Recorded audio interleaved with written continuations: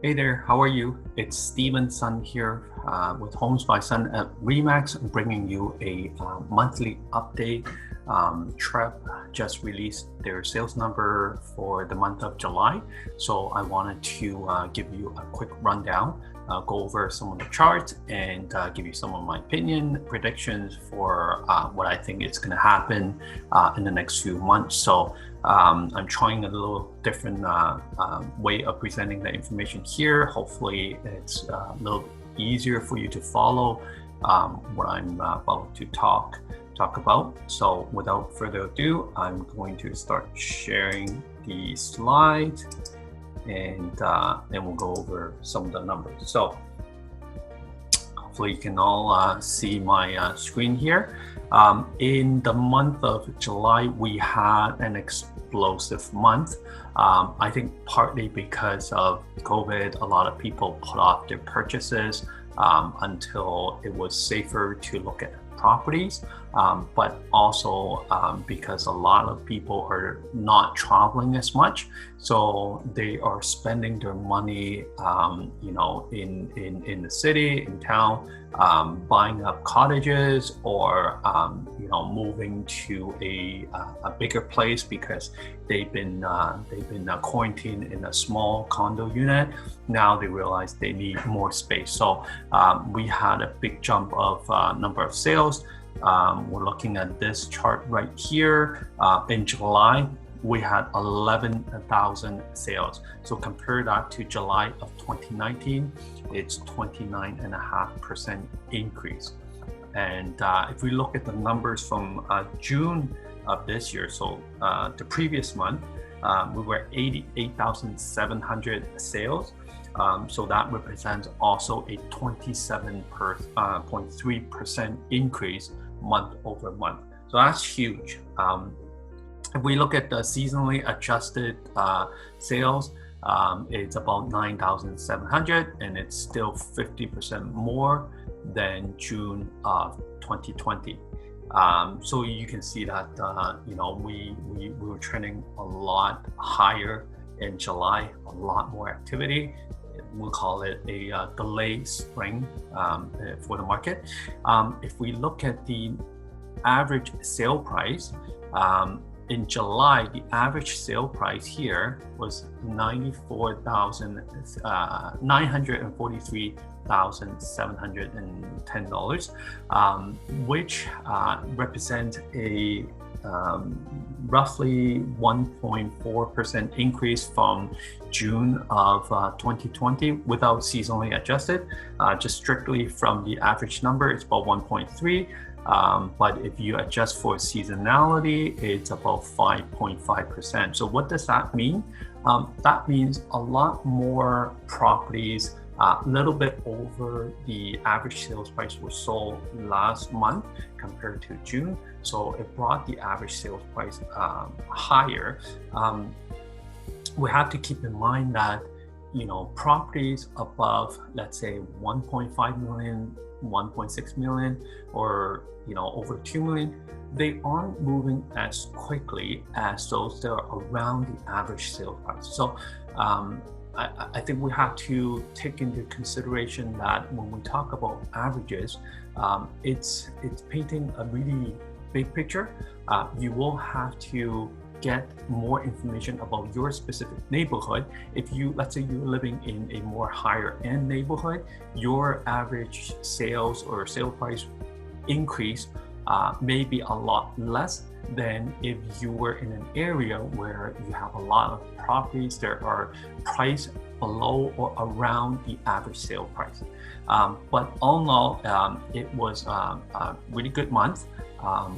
Sale prices has been increasing. If we look at, and there's another factor why the average sales price has been increasing. Now, if we look at the total number of new listings here, we saw that in July, there were 17,000 new listings. Compare that to July of 2019, it was about 25% increase. But when number of sales increased by 29.5%, but the number of new listings only 24.7%. We can see that people are buying more properties than properties are being available for sale, and so that's creating a supply and demand issue where demand is outpacing supply, and that's why average home prices are going up. The sales to new listing ratio only increased about, only increased about 3% year over year. And if we look at the number of days that properties are on the market now, they are a lot less than a year ago. So looking at this chart here, the property days on market. Now, what's the difference between property days on market? Let me just highlight that here. Property days on market versus listing days on market. Now, property days on market takes into account where properties may have been listed before but taken off the MLS because they want to change the price, or they might keep the price but they just want to make it appear like a new listing.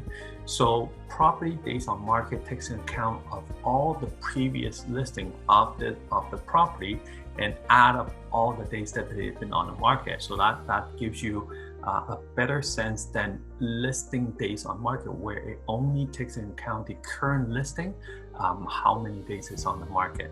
So if we look at listing days on the market, it's 17.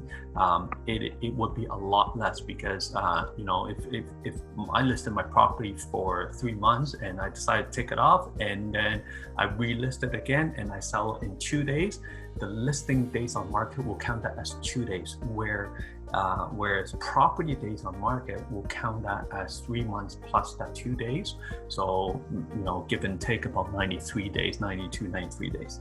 So if we look at property days on market, it's about 25, and it's 25% drop from the year before, but listing days on market is only 17. So that's really low. That means properties are selling faster once they are at the correct price on the market. Now we look at the next graph.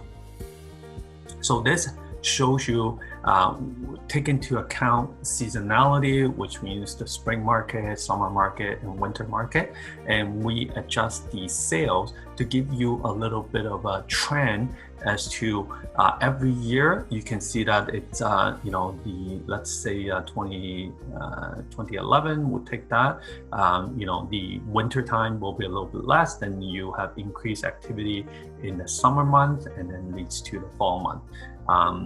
If we take now 2017 was the year that we had a big market shift. So in the spring it was really good, and then it went down here. But if we look at 2019 to 2020, we will be start right here. We had a phenomenal January, February, and then COVID hit and we came down here. Now we're back to even above the January, February figure. So market certainly has picked up quite a bit, getting back to where things were pre-COVID. Let me just shrink this graph so you can see. Now, this is another graph. We're going to show the number of sales. It's a little bit easier to see on this graph as well. So this graph is comparing the last 3 years, the number of sales, and each month you can see. So the gray will be 2017, the green will be 2018, blue is 2019, and then the orange is 2020. So we look at July. So 2019 July, the sales was about 8,500, and then we have 11,000 this month. So we draw a line, we can see that we are almost back to when we had the height in March, April of 2017, we're almost hitting there in terms of number of sales. So you can see that the demand out there is quite insane, and that's what's driving up the home prices. We look at the number of new listings, though, tells a different story. We draw a line here. So in July, we definitely had a lot more listings that came onto the market, but the rate of increase is still way less than the demand. So that's what's causing, there's a lot of bidding wars out there. Just yesterday, 2 properties, they each in Markham, they each received I think between 14 and 17 offers, and they weren't terribly underpriced. They were underpriced, but not by a whole lot, and they end up selling for roughly, one was about 300K over asking, one was about 250,000 over asking. So next chart is the average resale home price. Now, where are we? We are, we're right here. If we draw a line again, and you can see that we are back to, April, March of 2017 in terms of the average home price, maybe even a little bit more. So things are back to normal, but is that going to continue to sustain that way?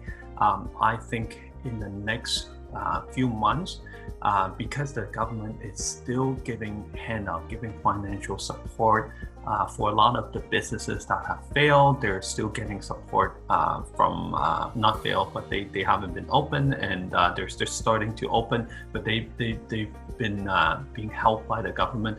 And once the stimulus, once the help stops in September, October, I think we're going to see a dip in the increase for the price, because I think there will be a lot more properties that can be on the market,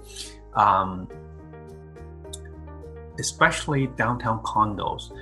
Here's my prediction, is that I am seeing a lot of condos with over 100 units or 75 units out for rent, and those rentals have been on the market since April.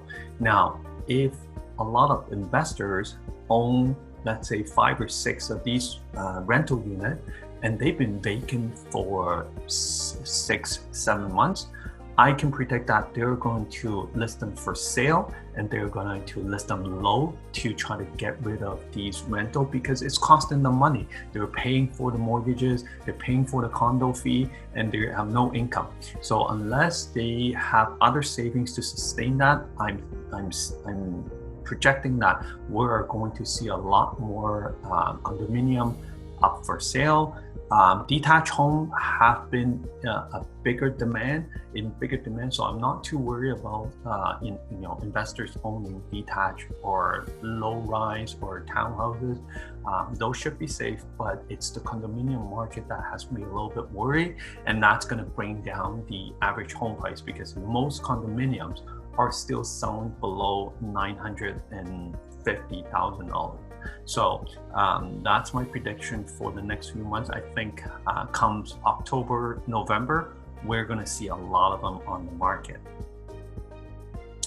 Now, the last chart I wanted to go over with you is a lot of people are still asking if real estate is still a good investment. I want to show you this chart that shows the average price at certain point in time. They are going to have some dips, like here, the 2008-2009 financial crisis, and then obviously the 2017 we had the new legislation making mortgages a lot tougher to get, and prices came down. But if you look at this trend line, the gold or orange color trend line, this trend line is trending up over 10. If you take any period, it's trending up. We'll take the last five year, 2015 to 2020. If you bought a house in 2015, you're still up. Your prices has still gone up. If you take 2010, 2015, it's still upward. So in terms of real estate, I think you have to understand that they are not making more land. So the land is fixed. And because of the greenbelt, there are a lot of areas north of GTA that cannot be built. In Canada, throughout this COVID crisis, we can see that we manage crisis really well, especially health crisis. And with our free healthcare system, I think there's going to be a huge influx of people that want to move into Canada once we open it back up. So in terms of investing in real estate, in the long run, I think it's still a smart idea. Your money is going to grow as long as you hold it for long term. If you do a short-term investment, you might have ups and downs. You might be losing money if you're doing like within 2 to 3 years, but hold it for 10 years. In 10 years, it's going to go up. And what's the nice thing about real estate is that if it's for residential, even if it's vacant, it's still going to be worth the market value. Whereas other forms of investment, the price is heavily dependent on the return. So if you, let's say you bought a stock and there's no return on it, it's worth nothing. You bought any other investment, people are buying art, watches, whatever. They are highly dependent on what return people are going to get out of it. So I think real estate is more realistic. It's something that you can pass on to the next generation. They can hold on to it. They can move in. Living is a necessity. So in the long run, I truly believe that real estate is a good investment. You will just have to diversify. Don't put all your investment in, let's say, condominiums, or if you do that, spread it out. Different areas, different, within GTA, you can go downtown, you can go midtown, you can go North York, different areas to protect yourself from, any specific impact in that particular area. Right now, downtown is really impacted because a lot of people are not going to work, and so they don't need to rent any units in downtown. So if you, let's say, had a property in Midtown or a little bit larger in North York, you may have a better chance of renting out than if you're at downtown core where you bought a unit that's only 350 square feet. So diversify definitely, and but in the end, I think it's still a smart investment. Thank you so much for watching. This is it for this month's market update. And like always, if you have any questions, give me a call, 416-617-9997. Let me just stop sharing.